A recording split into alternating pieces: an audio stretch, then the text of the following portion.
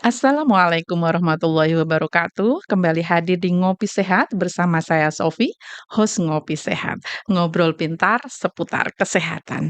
Dan di episode kali ini kita akan mencoba membahas materi tentang kesehatan yang mungkin jarang sekali dibicarakan oleh orang lain, namun dampaknya sangat besar terhadap keselamatan. Sudah banyak menyelamatkan nyawa terutama anak-anak. Apa itu? Deteksi dini leukemia pada anak. Para sahabat sehat perlu tahu bahwa yang namanya leukemia ini adalah kanker darah yang banyak menyerang pada anak-anak. Namun, deteksi dini yang dilakukan oleh orang tua akan mampu memberikan peluang yang lebih besar untuk sembuh daripada yang tidak seperti itu. Nah, bersama saya juga di sini telah hadir narasumber yang keren loh ini. Ya, beliau adalah dokter dari Puskesmas Karangtengah. Ini Dokter Subur Widianto. Ini biasa kalau dipanggil di puskesmasnya ini abang gitu Iya, ya. iya benar Bu Sofi. Iya, jadi saya juga ikut ya abang ya. Oke, nggak apa-apa. Nah, Dokter Subur ini beliau sangat mumpuni lah untuk materi kita kali ini. Nah, makanya kita hadirkan loh para sahabat sehat di sini. Oleh sebab itu tetap stay tune ya. Iya, Tetap jangan beranjak di channel ini, saksikan mungkin ada info-info yang bisa kita ambil terutama dengan apa itu leukemia, mungkin, bagaimana faktor resikonya, kemudian cara pencegahannya seperti apa gitu ya. Ini tadi sudah kita sapa untuk dokter suburnya ya. Ini sudah datang ke studio narasi ya, sudah hadir untuk mau berbagi ilmu dan terima kasih ya dokter ya, sudah mau hadir di podcast Ngopi Sehat. iya. Terima kasih Bu Sofi, telah mengundang saya juga untuk berbagi ilmu ya, Heeh. supaya nanti, masyarakat luas juga tahu bagaimana mengenali atau mencegah mungkin bisa lebih cepat, lebih baik, Oh seperti itu. iya, karena deteksi dini itu memang langkah yang harus diambil ya, apalagi terkait dengan materi kita, kanker leukemia pada Betul sekali Bu anak, Sofi. ya. Jadi sebelum kita masuk ke materi ini, saya persilakan dulu loh untuk Dokter Subur ini ya, Mhm. menyapa sahabat sehat semuanya, silahkan. Halo sahabat sehat, saya Dr. Subur Widianto Mhm. dari Puskesmas Karangtengah. Ya, hari ini bersama tim podcast Dinkesda mau membahas tema yang cukup menarik yaitu leukemia, deteksi dini leukemia pada anak. Oke, lanjut. Gitu. Oke, dilanjut aja. Baik, terkait dengan materi kita nih ya, Oke. Abang ya. Jadi leukemia sebenarnya penyakit yang seperti apa tadi saya singgung sih sebenarnya itu adalah, kanker darah gitu kan. Oke. Untuk lebih jelasnya itu seperti apa kanker leukemia itu dan, mungkin tanda awalnya itu apa sih yang bisa menjelaskan bahwa itu tuh waspada leukemia pada anak gitu? Oke. Baik Bu Sofi. Jadi Mhm, leukemia itu sendiri yang tadi sudah disinggung Bu Sofi, jenis kanker darah mhm, yang paling sering terjadi memang pada anak ya.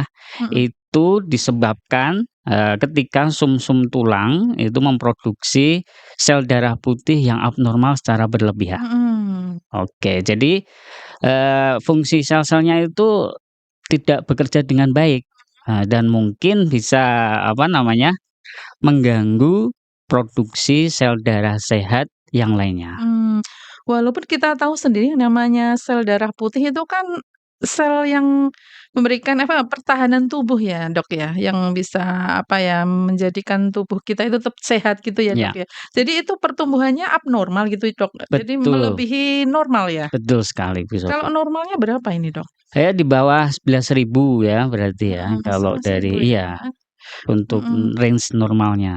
Anak-anak juga Iya, sama sama. range-nya segitu? Iya. Artinya kalau terjadi lonjakan atau abnormal ketika harus lab ya, Dok, ya itu? Jadi gini, untuk, Mhm, eee, pertama kali kalau misal kita dengan kondisi mhm, atau tanda gejala yang tadi mhm. ya, tanda gejalanya kita, orang tua itu membawa anaknya dengan keluhan demam.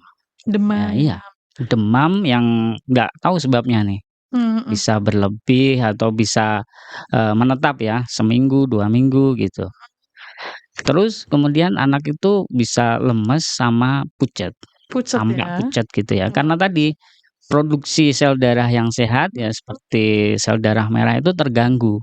Oh. Makanya, anak itu tidak terjadi anemia, tampak pucat kan dia. Berarti sel darah putihnya itu juga menyerang sel Iya darah merah? iya, Artinya nanti sehingga terjadi defisit, jadi dan terjadilah anemia? anemia. Tambah lagi Mhm. untuk berikutnya, gampang perdarahan.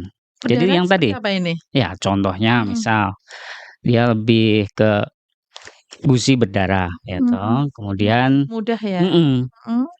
sering mimisan, Mhm.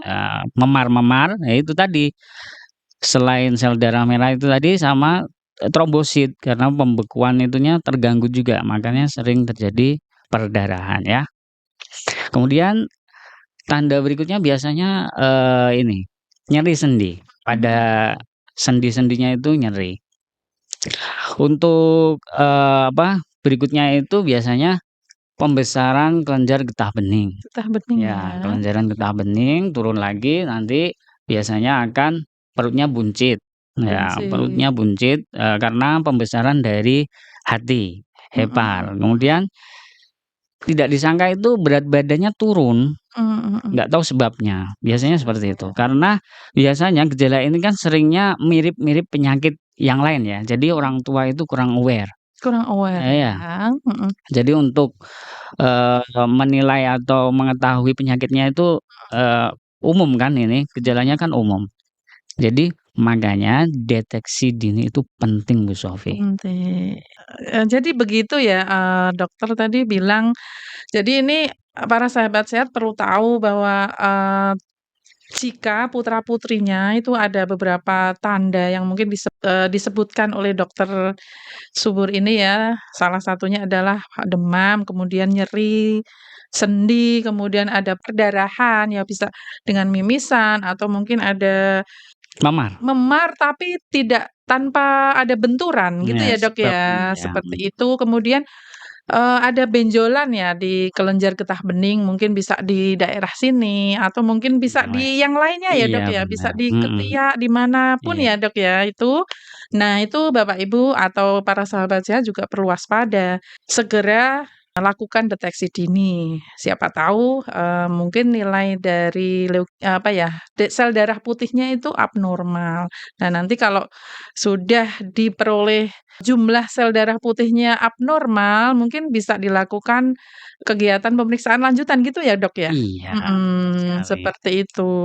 Itu adalah tanda awal dan juga, apa ya, leukemia itu apa. Kemudian mungkin ada faktor resiko yang ada, Dok, kenapa bisa terjadi leukemia pada anak ini? Oke, faktor Mhm. resiko ini biasanya ya, Mhm. ini yang memiliki kelainan genetik, ya.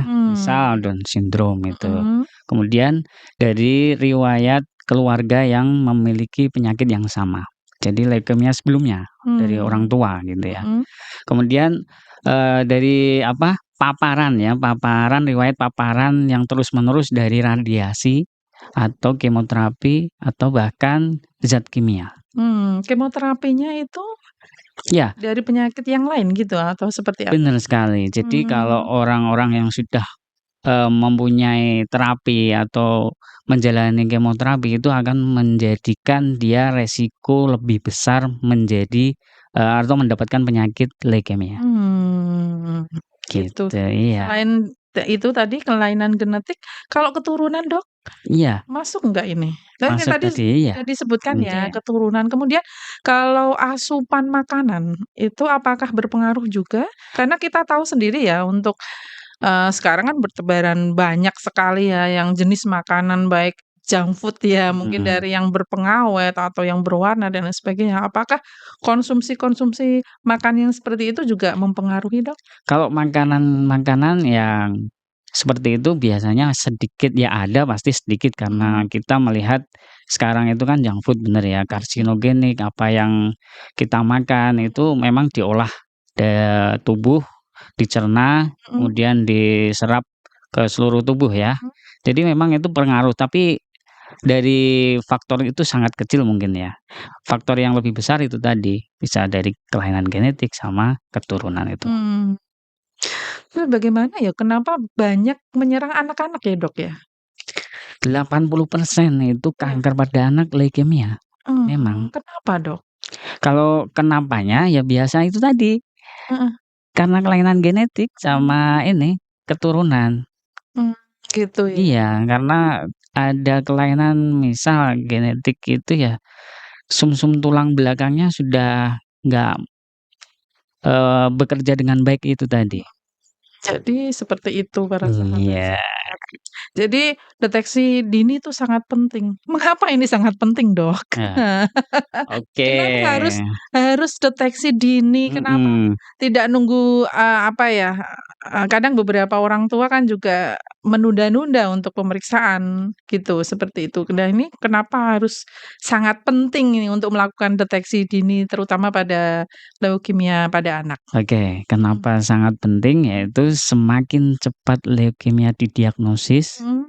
semakin baik, ininya, apa, peluang untuk Mhm. sembuhnya itu semakin baik. Mhm mhm. Jadi, untuk pengobatan yang lebih awal biasanya itu memberikan hasil yang lebih baik. Mmm, Iya, dan ini bisa mencegah, mengurangi komplikasi yang lebih lebih serius. serius gitu ya. Jadi selain kita harus aware tadi dengan gejala-gejala, kita harus cepat mendiagnosisnya itu. Supaya tidak terjadi keseriusan ya, Iya, Dok, ya? berlarut-larut. Seperti Jadi, kita contoh yang ada apa karena ya, anaknya siapa itu, Denada itu ya, juga mengalami leukemia ya, Dok, ya? Itu juga sembuh loh, Dok. iya, Heeh, makanya itu, mhm, dengan deteksi mhm, diagnosis yang cepat, mhm, pengobatan awal tadi, eee, apa namanya, angka kesembuhannya akan semakin banyak, mhm akan mhm. lebih besar gitu. Dan saya juga punya pengalaman ini, Dok, Iya, saudara juga sekarang oh, alhamdulillah sudah membaik. alhamdulillah, Karena memang deteksi awalnya tuh bagus, ketika mhm, memang ada benjolan, kemudian ditanya, "Kok ada rasa nyeri?" Seperti yang dokter sampaikan tadi, mhm, kemudian dia juga kayak pucet, lemes, kemudian makannya banyak, mhm, tetapi, secara porsi berat badan itu tidak bertambah, seperti itu, Dok. Dan betul, ketika dilakukan, pemeriksaan laboratorium ternyata benar abnormal untuk sel darah putihnya, Dok. iya, Sehingga memang beliaunya langsung sigap, orang tuanya itu langsung sigap untuk memeriksakan, tidak main-main loh, Dok, mhm, pemeriksaannya beliau ambil di luar negeri. oh, wah, Heeh, luar biasa maksudnya kalau itu, iya, untuk aware-nya supaya, deteksi dininya supaya apa, karena memang buah hati itu kan, apa ya, Dok, ya, perlulah, perlu buah perlu hati perlu, kita perlu kita lindungi supaya apa, ternyata setelah di sana itu, Dok, ya, karena memang kan di rumah sakit yang memang khusus untuk kanker anak ya. mmm, Bisa di sana, untuk ini tuh cuman ya 1 bulan itu 1 minggu tuh 2 kali kemonya untuk yang ini tadi. Tapi di sana tuh banyak sekali anak-anak yang mungkin stadiumnya tuh jauh lebih iya, tinggi, sehingga membutuhkan kemoterapinya itu hampir seminggu itu 4 sampai ada yang 5 kali, ada yang 4 kali, seperti itu. Itu kan sangat kasihan ya, Dok, ya, kasihan, sehingga bener, apa yang dikatakan dokter ini tadi, sampai sekarang alhamdulillah sudah membaik juga iya gitu. iya iya iya, Begitu para sahabat sehat itu adalah deteksi dini yang mungkin bisa diambil ya sebagai langkah alternatif untuk mencegah supaya putra-putri kita yang mungkin terdeteksi leukemia itu bisa lebih, ya apa ya, kesempatan sembuh itu lebih besar gitu ya, Dok, ya? iya bener, Mhm mhm mhm mhm. Terus kemudian ini tadi, Dok, kalau orang tua itu curiga ya seperti yang dokter bilang tadi di beberapa penjelasan itu, harus kemana ini? oh gitu ya, Dan harus apa yang harus dilakukan? Kadang beberapa mungkin yang saya sampaikan itu tadi kan orang tuanya karena memang berpendidikan tinggi, Iya. aware terhadap kesehatan Mhm. putranya. Lah itu tidak semua orang tua kan seperti itu, Dok. Nah, Betul. supaya, para sahabat sehat ini tahu, supaya buah hatinya tidak sampai ke stadium yang lebih serius, ini apa yang harus dilakukan ketika ada gejala, gitu, Dok? Oke, Mhm apa yang harus dilakukan mhm sebagai orang tua, yang mhm pertama yaitu periksakan anak Anda ke mhm. dokter, ya. Mmm, Jadi, mau ke dokter langganan atau ke dokter, FKTP mhm ya, jadi di sana nanti akan dilakukan pemeriksaan ya. mhm Yang pertama kita akan ditanya riwayat atau anamnesis ya, kemudian pemeriksaan fisik. Kemudian misal ada menjurus ke sana, benar tadi dilakukan pemeriksaan darah rutin, kalau di puskesmas seperti itu. Dilakukan pemeriksaan darah rutin, misal menjurus ke sana, jadi nanti kalau misal ada tanda gejala sama darah rutin sudah diperiksa dan ditemukan leukosit yang tinggi, itu akan dilakukan rujukan. Di mana karena leukemia ini untuk dokter umum itu levelnya 3. Ya, jadi sebatas mendiagnosis, terus penata laksanaan awal, kemudian rujukan. Jadi nanti berlanjut ke rujukan ke spesialistik. mhm Terus di sana diapain gitu mhm kan. mhm mhm Nah, jadi bener tadi pemeriksaannya akan lebih lengkap lagi tuh. mhm Nah, pemeriksaan akan lebih lengkap lagi, hapusan darah tepi, mhm kemudian, bone marrow aspiration juga diambil tuh sampel sumsum tulangnya. mhm Jadi untuk pemeriksaan lebih lanjut, biar mhm tahu tuh mhm pengobatannya seperti apa mhm. juga, seperti itu. Mmm, jadi ini setiap puskesmas sudah ada ya, Dok, ya, untuk pemeriksaan laborat? Iya, Apakah semua puskesmas di 27? kalau pemeriksaan awal Mhm darah rutin mhm. ada, Setiap puskesmas ya? iya. Dan itu gratis ya? Gratis kalau Bagi yang sekarang iya, bagi yang punya BPJS itu ya. mmm, seperti itu. Mmm, Jadi eee, kalau di tingkat pertama itu, vaskes tingkat pertama hanya sekedar ini ya, Dok, ya, berarti ya? Hanya sekedar apa ya namanya tadi, tadi pemeriksaan darah, pemeriksaan darah darah ya, rutin, ya. kemudian kalau misalnya karena memang fasilitas di vaskes pertama kan mungkin, apa ya, Dok, ya, tidak selengkap yang rujukan ya nanti ya, Betul, kemudian akan dirujuk, iya seperti itu gitu. di sana. Heeh, kalau apakah harus, eee, rujukan itu tempat khusus yang memang khusus untuk menangani anak-anak yang leukemia atau memang vaskes tingkat lanjutan yang lain dong? Bisa rumah sakit Oh dan lain gitu. sebagainya? Jadi untuk FKTP pasti akan merujuk ke tingkat yang Oh, lebih lebih tinggi. tinggi, maksudnya Mmm, ini kan berjenjang tuh, mhm mhm. berjenjang. Kalau kita di FKTP Puskesmas merujuknya ke rumah sakit yang ada di daerah ini dulu Mhm tuh, ya tipe C atau tipe B kan mhm gitu mhm. ya.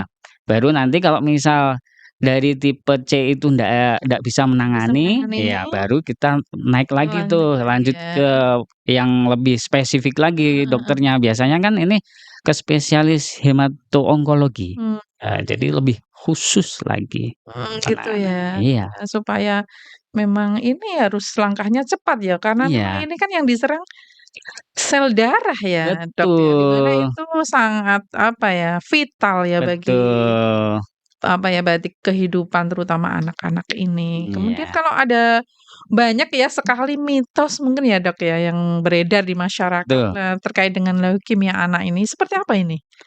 Untuk mitos-mitosnya Oh ini? gitu. Mhm Jadi, mitos yang ada di masyarakat itu mhm. biasanya menganggap bahwa leukemia itu menular.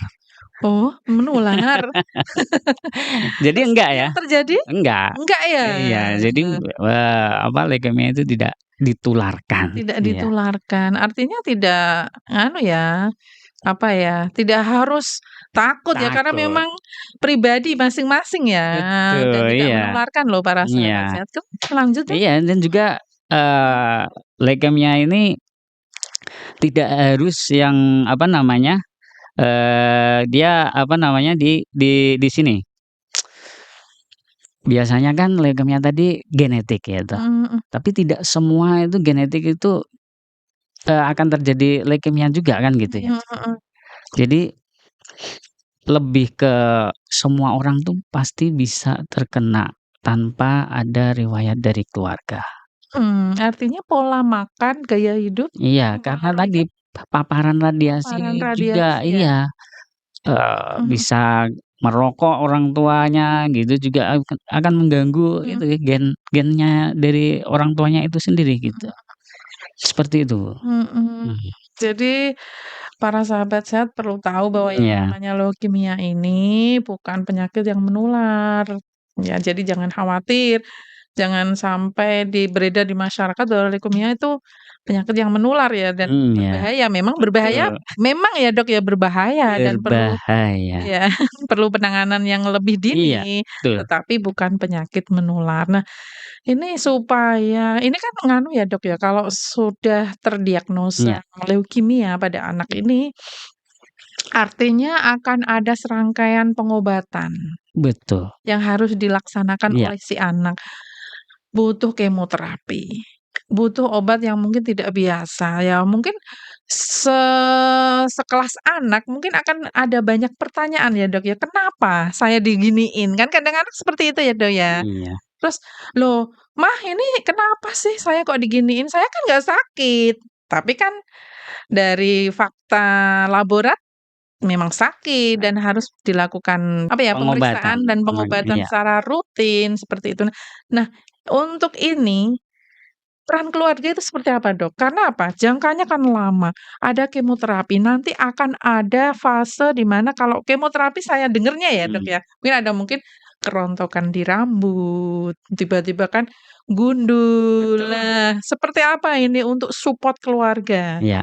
Mhm Jadi memang dukungan keluarga itu sangat mhm penting ya, mhm dukungan emosional mhm keluarga terhadap anaknya mhm yang sedang menjalani pengobatan mhm kemoterapi yang jangkanya tidak kita ketahui juga kan ya. mhm Terus itu tuh penting karena beliau itu anak-anak ya, anaknya kan masa-masa masih mhm, masih bermain, bermain, terus masih masih suka asik bersama eksplor, iya, dia heeh, bersama temen-temennya mhm, gitu. Jadi kondisi-kondisi yang sebenarnya anak itu, menikmati masa kecil, iya, kecil, dia harus berjuang, ya berjuang harus melawan berjuang penyakit, melawan melawan penyakitnya. mhm mhm mhm, Jadi, support dari orang tua itu penting. Jadi anak itu akan lebih, mentalnya itu lebih tertata, lebih bertahan, kuat, gitu. mhm mhm, Beda nanti kalau misal, orang tuanya biasa aja, nggak ada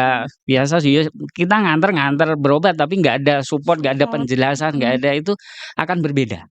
Iya benar benar, iya, jadi, support orang tua untuk menjelaskan, "Oh ya ini nanti pengobatannya, akan seperti ini, seperti itu." Jadi kondisinya akan, tadi lebih ya, ya lebih bisa rambutnya rontok ya, menerima, lebih bisa menerima anaknya mhm nanti ya, bisa itu.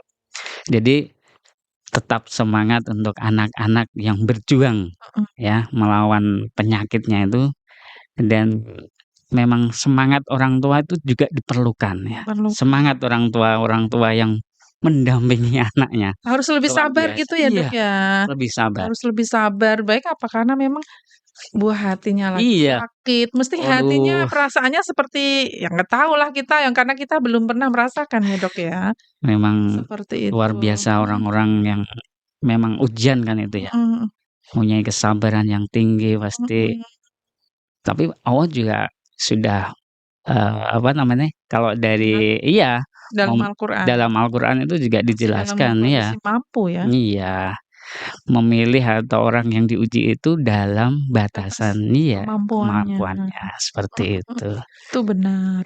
Terus dari segi emosional anaknya, Dok, ini secara apa ya, secara pengalaman ini Ya, katanya itu akan mengalami lonjakan emosi. Itu apakah karena faktor obatnya itu apa seperti apa ya, Dok, ya? Apa karena memang kondisinya ini "Mama ini apa yang sih? Saya nggak sehat kok ya diginiin." Karena memang ada proses nanti kan dilubangin, iya, di ini, seperti itu, Dok. memang seperti itu pasti akan merubah, dari psikologi si anak itu sendiri. Mhm Oh, dia harusnya bermain sama sama anak-anak yang lain, waktunya, tersita tadi pengobatannya, pasti dia akan sesekali memberontak juga. Mmm, Kok aku diginiin? Kok aku mhm. nggak sama anak yang lain? Jadi akan berbeda seperti itu. Iya, tapi tadi kita harus memberikan memang semangat support kepada anak-anak itu. Ya, seperti itu, Dok. Je Jadi, ya Allah, ini buat para orang tua yang memiliki putra yang dengan leukemia, tetap sabar, tabah ya dalam menghadapi ujian dan pastinya dengan deteksi dini yang mungkin sebagai ikhtiar kita bisa memberikan peluang kesembuhan yang lebih besar untuk putra-putri kita yang tercinta. Mungkin itu nggih? Iya. Mungkin itu ya, Dok, ya yang bisa disampaikan karena memang sudah atau mungkin ada info lainnya, Dok? Ya, untuk saat ini ya memang sudah cukup itu, Baik. insyaallah ya. Mhm Semoga untuk orang-orang tua mhm bisa lebih aware lagi tadi mhm. tentang penyakit yang diderita anaknya supaya cepat dideteksi lebih dini. Oke, baik. Baik para sahabat sehat itu tadi ya, sudah kita bahas bersama dengan narasumber kita, apa itu leukemia, kemudian tanda awalnya seperti apa, mungkin faktor resikonya, kemudian pencegahannya seperti apa, dan apa yang harus kita lakukan ketika menemui tanda-tanda gejala, sudah semua ya. Dan untuk menutup jumpa kita pada pagi hari ini, mungkin ada sedikit closing statement, Dok, untuk para sahabat sehat. Monggo, Dok. Oke, untuk, penutup ya Ya, ini ya. Jadi leukemia itu bukan vonis akhir. Dengan deteksi dini banyak anak yang sembuh, ya. Jadi tetap semangat yang berjuang melawan penyakit-penyakitnya dan juga orang tua yang sabar ya untuk menemani sang buah hati anak-anaknya untuk tetap sehat dan sembuh. Begitu Bu Sofi? Ya, terima baik. kasih. Baik, terima kasih, Dok, sudah mau berkenan share ilmu yang mungkin jarang sekali dibicarakan orang-orang ya, tapi memang memberikan apa ya, peran yang sangat besar untuk kesembuhan putra-putrinya. Terima kasih ya, Dok, ya. Baik. Iya, sama-sama Bu Sofi. Baik, para sahabat sehat semuanya, closing statement telah disampaikan oleh narasumber kita dan dengan berakhirnya closing statement, maka berakhir pula seluruh rangkaian siar podcast pada hari ini. Sampai jumpa kembali di materi-materi berikutnya. Saya sendiri Sofi undur diri dan juga narasumber kita Dokter Subur Widianto. dan juga Mas Niam juga undur diri semuanya. Terima kasih atas perhatiannya. Selamat beraktivitas kembali. Semoga Tuhan senantiasa melindungi kita semua. Dan wassalamualaikum warahmatullahi wabarakatuh. Waalaikumsalam.